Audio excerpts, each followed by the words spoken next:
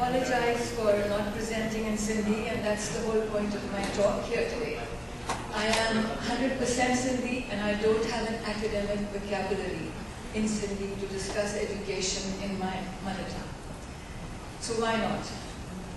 I think it's because we may be losing the language in some parts of Sindh at least, and I hope I'm wrong. Anyway, so right now in Sindh, oh, by the way, can we go back to the first slide? That's the title of my dissertation, and but I'm not going to talk about 47 to 2007. I cannot, deal with such a long period in 15 minutes.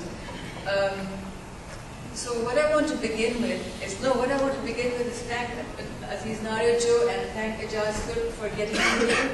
I've been wanting to present to a Sindhi audience outside Sindh, and this is indeed an honor. Thank you. I believe that right now in Sindh we still have a trifecta, which means that we are Sindhi people who speak the Sindhi language, and we are in Sindh. So that's Sindh, Sindhi, Sindhi. And that's very rare in the world today. With great respect to our Urdu brothers and sisters, Urdu-speaking brothers and sisters, they are not Urdu people. They speak Urdu. They don't live in a land called Urdu. So we have to realize this great treasure that we have and look after it. And that's the whole point of my research, or one of the offshoots of my research that I came to the conclusion. So we have this trifecta in Sindh, and it's like a hat trick, so let's hold on to it. I want to draw your attention first to the first slide, which is Fishman's, he's Joshua Fishman, and a Jewish, I'm not sure if it's Israeli, but this is his research. He says, by the way, can you hear me? And am I too loud? Louder, okay. So that's graded intergenerational disruption. If you have for threatened languages, please read it. I will just draw your attention to the fact that, well, maybe you should take a minute, all of you, and decide where Sindh is right now on this. So stage 1 is some use of minority language available in higher education, central government, and national media. And then look at stage 8.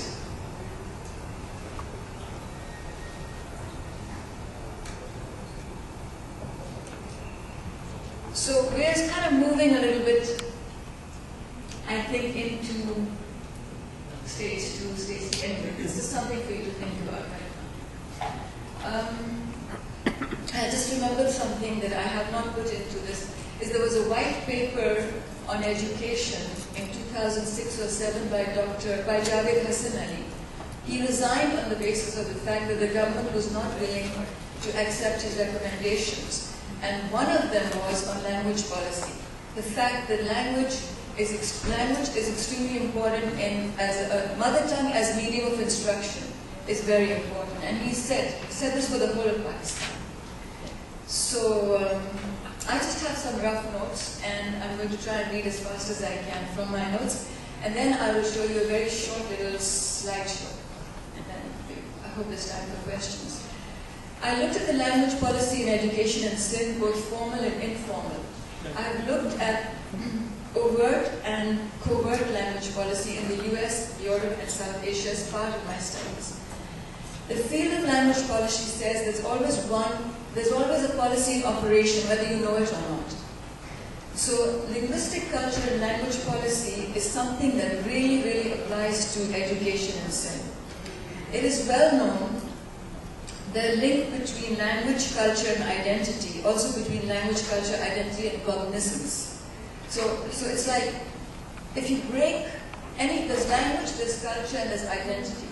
Or there's language, and there's culture, identity, and cognizance. The ability to understand things, to be intelligent. If you break the linkage between these anywhere, you have a problem. Like I have one with my computer just now.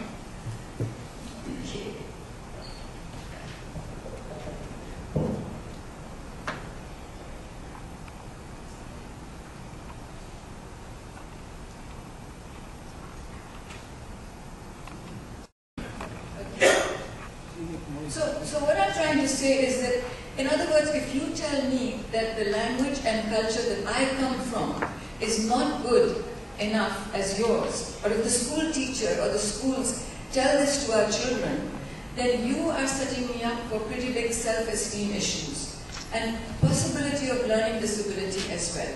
What has happened to blacks and Latinos in this country may be happening to Sindhi children in Greater Karachi. Now my research, I've looked at the whole of Sindh.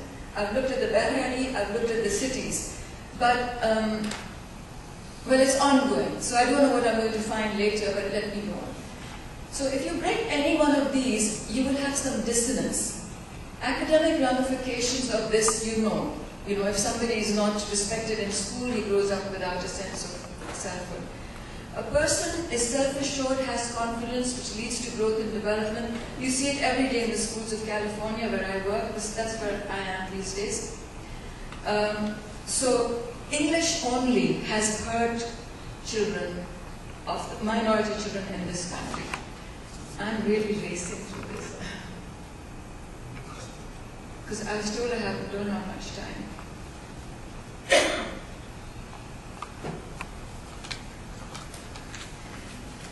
So the identity to culture, the link with language and culture to the method called business leads to a sense of power, production of independence. The whole field of cognitive dissonance has proved this, that you must speak to the child in his mother tongue when he first comes to school.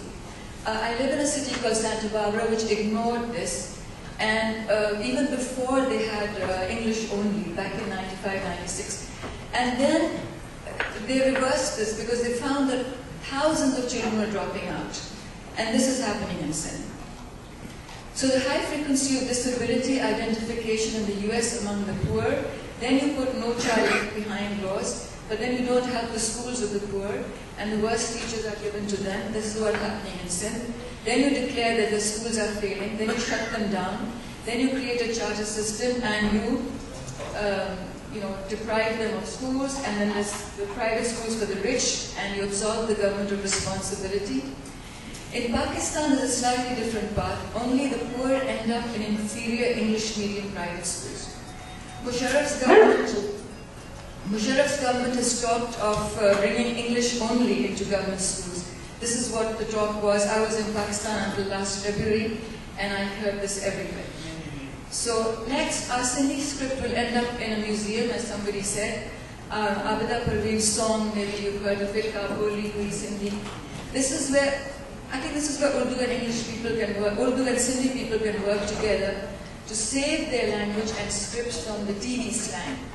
Now I want to talk with you about the work of a colleague of mine, maybe some of you know him, Dr. Qasim Khugio. He's the Dean of the Arts Faculty at the Sindh University. He has looked at language shift in Sindh, and he told me, and I think his work is published as well, he said that he looked at the Sindhi of the people of Old Hala, and he looked at the Hyderabad Sindhi, and there are big differences because Old Hala people are more land-based, and the Hyderabad people are living with a lot of Urdu-speaking people, so they're losing the purity of their language, and literally changing the way they pronounce things.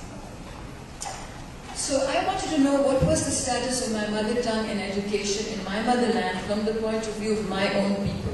This is what my PhD thesis is about. I interviewed over 100 Sindhis in various fields, different types of people, DEOs, EDOs, people in and out of government. So my argument is that Sindhi students have been uprooted from an educational point of view from 1947 to the present. I could narrate the history of the full catastrophe. I'm going to do this fast. The status of the language in our schools on the eve of Pakistan and what it is today, how it was the language of the courts in British times, that many of our greatest Sindhis who are proficient in the poetry of many languages were educated in the Sindhi medium. Example, Sani Ibrahim Joya, one of my own beloved mentors. At 93 years of age, he fondly recalls his geometry lessons in Sindhi. But I found some classrooms still in Karachi teaching geometry in Sindhi. I could also take you through the Constitution, which gives us linguistic rights, and through the Legislative Assembly documents and directives during General Ayub's and Zia's time, which takes away our language rights. There were orders like Tika Khan in the 60s. He said, from this day on, Sindhi will not be taught in schools in Sindh. And I can tell you the funny story behind it, that his nephew failed the Sindhi exam, which is why he brought up this law. We could talk of the language riots and the Urdu Ka Janaza brought out in the early 70s when the language bill was announced by Mr. Mumtaz Ali Bhutto in the Sindh Assembly. Or I could tell you what another beloved mentor of mine, Marhum Nuruddin Sarki Saab, told me. He told me the story of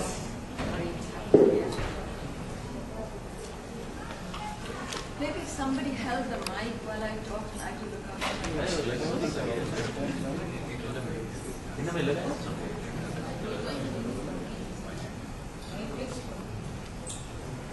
वो पास है मेरे पीछे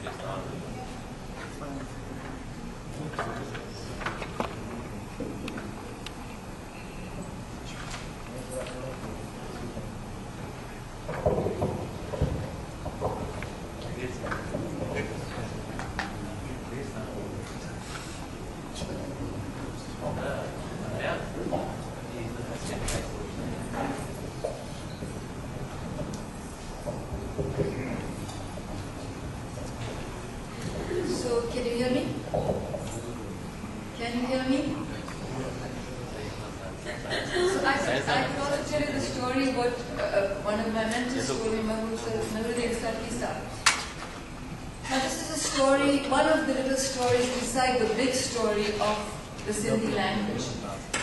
Bhutto Saab had just returned from England, and this was the first case that he took as a lawyer in Karachi, and this was the case to do with the Sindhi language. Some students at the Karachi University, actually I have a copy of the judgment. Nuruddin Sarki Saab gave me this, and this is why research is so much fun. It's a story of these students who wanted to take the exams in Sindhi, but they were not permitted to do it. So Mr. Bhutto lost that case, and Nuruddin Sarki Saab said the history of Pakistan would have been very different had he won that case. So recently on Mehran Rang, which is a radio show on Mast FM 103 from Karachi, a 70-year-old caller called Ayaz Bashti, maybe some of you know him. He used to belong to the All Sindhi Students Association. He was one of the students who used to go with Mr. Bhutto, and Mr. Bhutto would pick up his students in his black placard and take them for tea. And then they'd go on to the court and fight this case.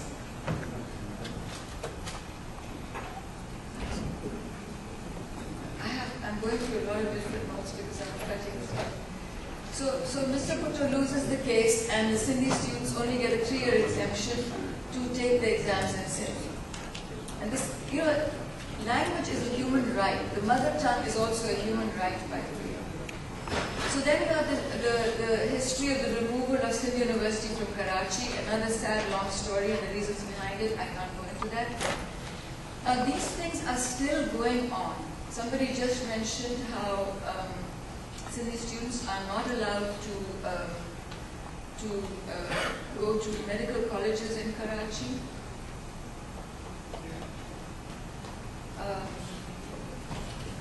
They will only take Karachi domicile, not the rest of Sindh. I could talk about the status of the language of commerce when we lost trade in Sindhi, or were made to believe we did. Our agricultural economy still works in Sindhi, but the status of the language is what I'm talking about. On and on it goes. You call it linguistic hegemony or linguistic genocide. I think you all understand these terms. So I have written and repeated this history to many audiences. It is the subject of my dissertation, so I'll only share some anecdotes with you to illustrate my point. But my main point is that Sindhi students have been and are in a bad way, and something has to be done about it. I don't have to tell a Sindhi audience like you that we need an extremely effective education system in Sindh, and we need it quickly if we are to survive as a people with a Sindhi identity. Without the mother tongue as our medium of instruction, particularly in the primary years, we are lost as a distinct polity, which means we will lack a homogeneous political identity. Joshua Fishman, the man who did that, he is Jewish and he speaks Yiddish or Hebrew, and he realized that he was very careful about teaching his children Hebrew at home. But his theory developed when he realized that if you don't have a public sphere, if it's only at home where you speak in Hebrew, it's not, you don't get to protect the language because there's nowhere other than the home where the children can speak. So I see that happening to a lot of Sindhi kids in Karachi. Many of you know my dear friend Dr. Sulaiman Sheikh. He said it's time for us to become an organized minority. And that's what's happening to us in Karachi.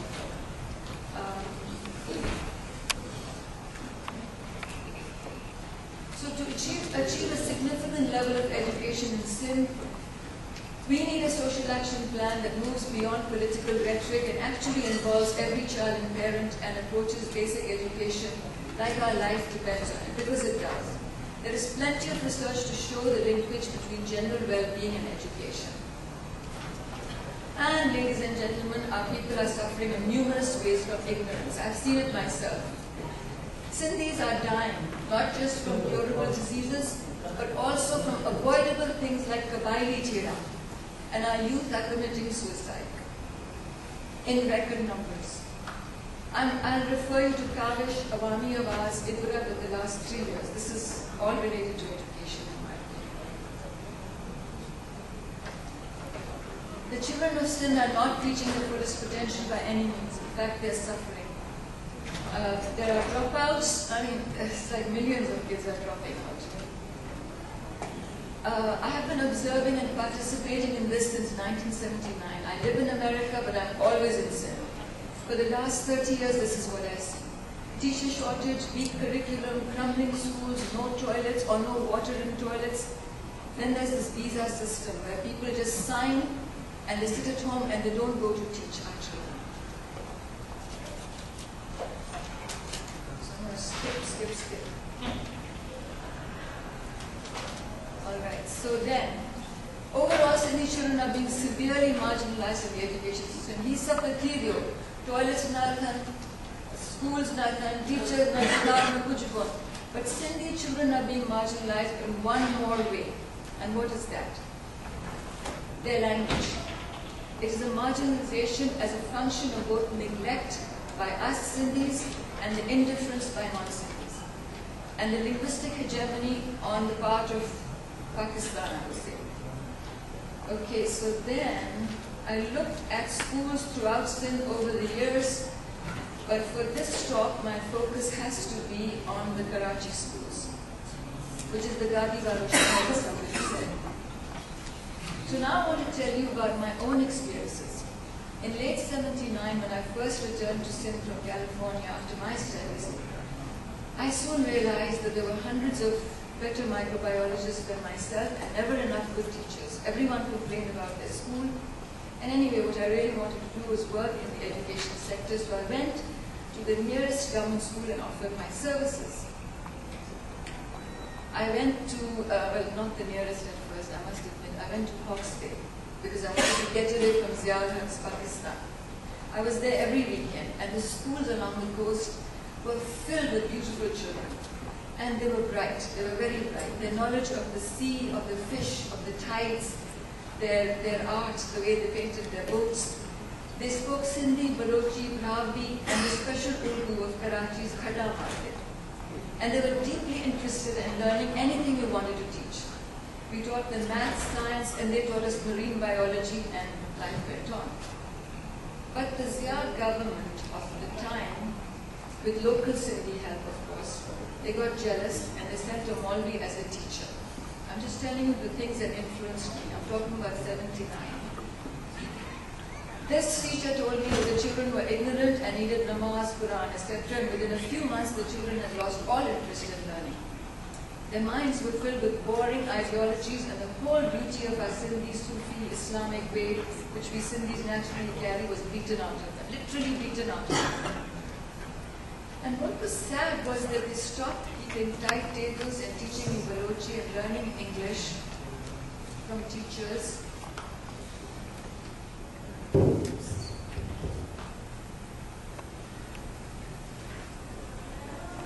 And I had the whole city, I mean my friends from the city were coming and helping these children. But we kept it up for many years. 30 years later, I assessed that damage.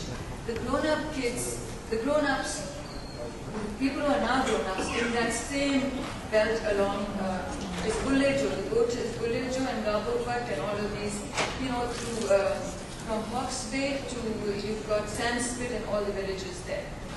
Those people are on drugs. Their children don't speak the beautiful Sindhi, Balochi, Bravi they used to. It's more and more Urdu and the TV slang has crept in. So my next experience. Around this time, I went into a school near where I live, where my home is in Karachi. I went and offered my services to this very nice lady from Lucknow in a crisp white sari.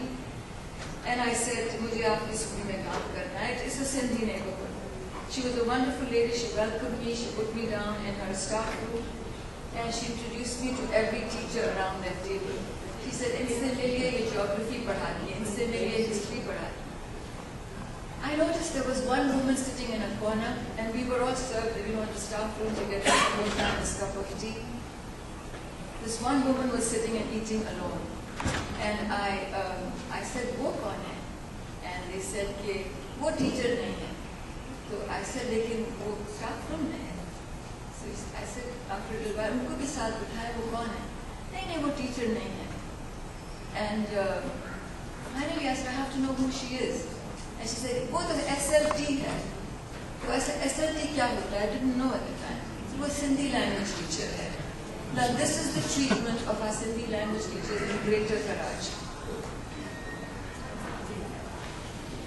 So that was then, and now the SLT situation in Karachi. There are only 50 left, and how they're treated. There's a whole chapter in my dissertation about how they're treated. When they go to the district office, wanting to fill out a form for any reason, transfers and all that, the forms used to be in Sindhi. They're not in Sindhi anymore. When they ask for a form, the DEO or EDO says, "Ek ke liye thodi hum Sindhi mein form banayenge," and the forms are thrown at them. The children in the schools in Greater Karachi, the Sindhi children and the Balochi children, are called Uttawar and Jabbar. They are not educated. They are held back because of the pronunciation of Sindhi. They do very well of Urdu. They do very well in Sindhi. They transfer to Urdu because they think they won't get jobs. And then they're held back because they cannot pronounce Urdu properly. So there's no change in 30 years.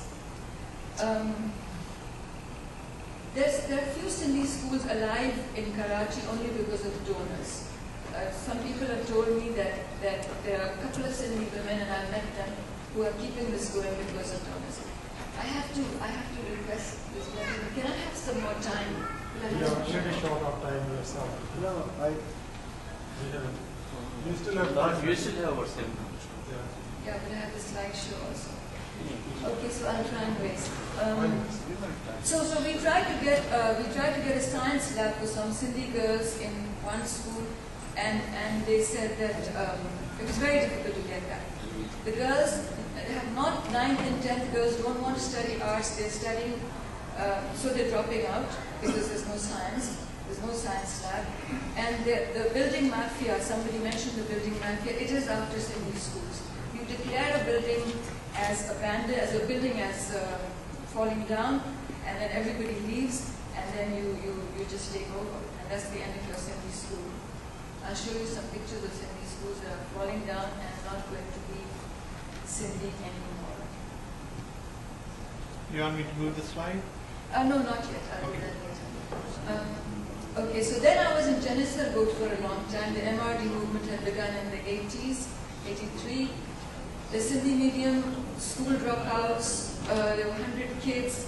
The turning points for me as a teacher of the poorest of the poor, there were teachers who would say, "Ki bhai ye to nahi padh sakte." Children being thrown out of schools. Ye Sindhi hai, ye kya padhenge? I have this on tape. Then we did this experiment where you hold up a card with the Urdu teacher would hold up a card with a rat with a chua on it, and there would be a che there, and she would say che, chuha, and the Sindhi child would say che, ko, because he couldn't do it.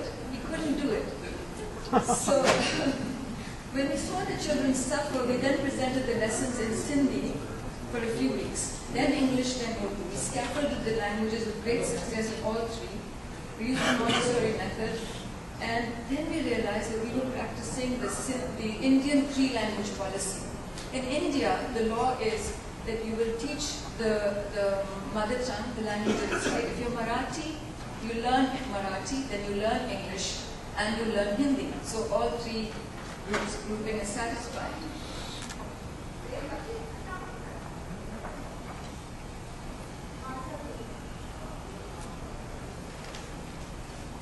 And we had a lot of people helping us. There's a very, very large group of people who are willing to help on this. And money is usually not an issue, it's commitment. So my school was attacked in the early 90s by the drug mafia, and I left Pakistan once again, but this time not for my education, but for my own children.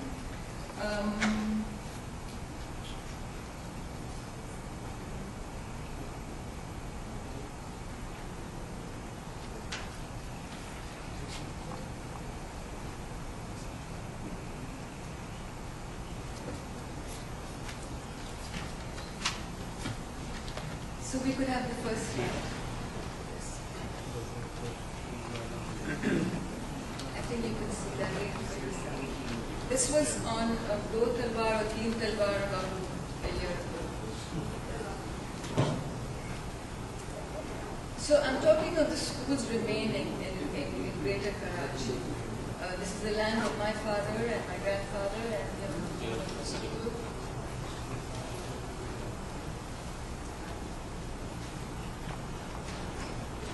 So let's talk about this over 100-year-old school, the NJV, that our elders went to and taught in, were principals in. I interviewed the principal over there. He showed me shield upon shield of achievements, hundreds and hundreds of things that the school had done, all pre-partition and soon after partition. As I went around the school and listened, I kept hearing the word from Sindhi teachers, the word Lad Palan. I hope I'm pronouncing it correctly. They were talking about Lad Palar and how they lost their Sindhi clientele. All the Sindhis were chased away to Shanti Nagar outside Karachi. It's one more way to lose our language when there were the riots. These people were beaten up and thrown out of the center of our capital. I also had trouble relating the beautiful shields to what the students do. Youth leaders, clubhouses broken up, principals treating Sindhi students badly. Now, the finance ministry of the last government was on the ground floor of the NJV. This is a heritage building, and it's been taken up by the government, and I want to know whose heritage. Then we have the Layari schools. So, language shift and hegemony happens around the world, France, Ireland, everywhere. People's languages are taken away. I understand the insecurity of Urdu-speaking people. It is important that we understand, they don't have land, all right, but it's important that we understand each other's, and respect each other's language and culture, learn to live in peace. Then there's Sindh Madrasa. A lot of things are happening there as well. So many associations with that. The history and status of Sindh Madrasa is a huge study in itself. It was founded for the village children of Sindh, two from each village. That's how the Bhuttos and the Brohis got educated. This is where they went on to become barristers. This is Mr. Jinnah's school in the heart of Karachi. How does the school treat Sindhis when its name is Sindh Madrasa? That's a study in and of itself. One of the principals of a girls section there said, "मैं सिंधी तो समझ लेती हूँ, हर उर्दू लफ्ज़ के पीछे ओ लगा दो तो सिंधी बन गया." And last year they ended Gujarati in Sindh Madrasa. That was the last year you had taught Gujarati over there. And Gujarati should also be respected as one of the languages of Sindh. We've always been bilingual. Sindhis, Gujaratis have lived together and worked together forever. So the Layari schools. I knew this community too in the 80s. Apna Madrasa activist like Yasin Muzinjo was a comrade of mine. He taught near dirty nalas because there was nowhere else, and Layari is in the news a lot in Karachi these days. Why? Highest number of gang violence incidences. He never mentions other parts of the city like Korangi and where else? Korangi, where they have gang violence.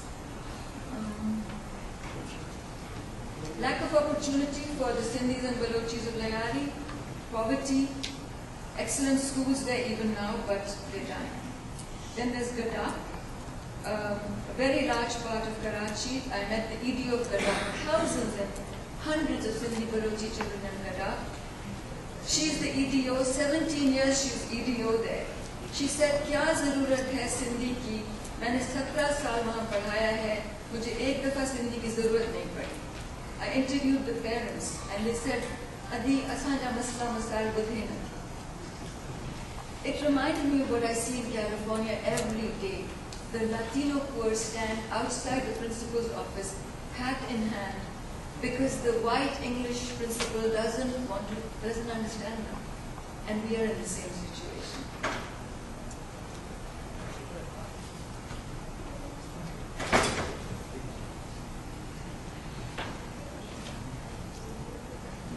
So I'll end with, you want me to end? Please. I'll end with the fact that 800... I understand. I have a lot. No, you have a very sound thing. So I have, there are 880 schools were destroyed in Greater Karachi. Somebody just mentioned that. They just steamrolled them. And what did they say? Those schools, villages. All those villages had schools in them. If those villages come back, which I doubt, they are not going to come back with Sindhi schools. I can guarantee you that. Those schools are gone. They're non-functioning. So I'll just quickly go through my slideshow.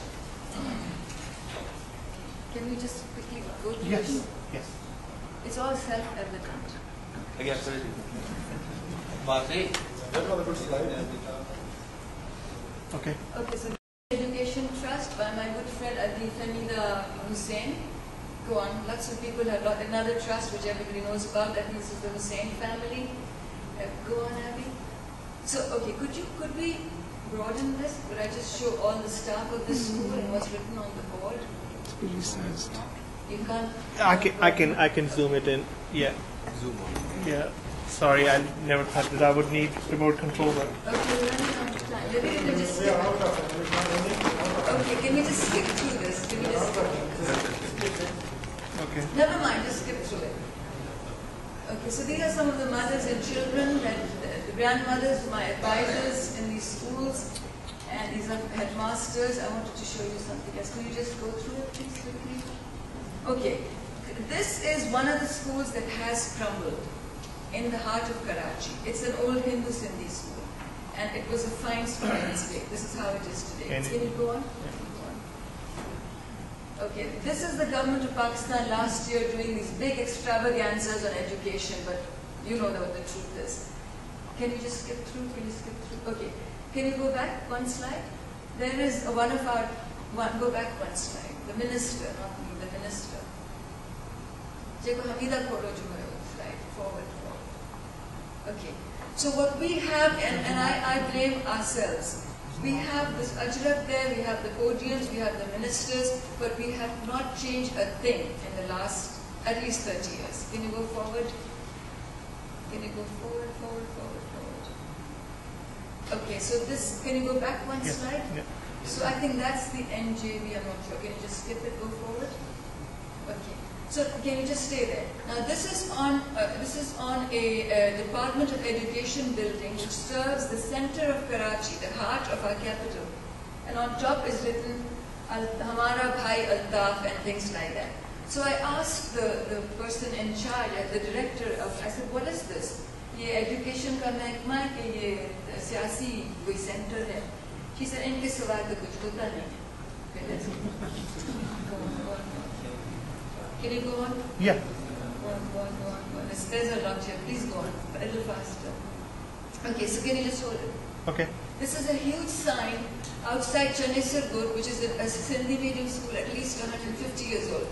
Mr. Bhutto himself in I don't know what year, in the 70s, he put some money to make that school stronger. And now, outside the school, there is a big sign, a big chalking, and I've worked in the school, that Hamare school ko, Sindhi medium school ko bachao. That's the sign there. That's the, can you just draw it forward? Okay, keep going. Okay. Are we done? Yeah. Okay, thank you very much.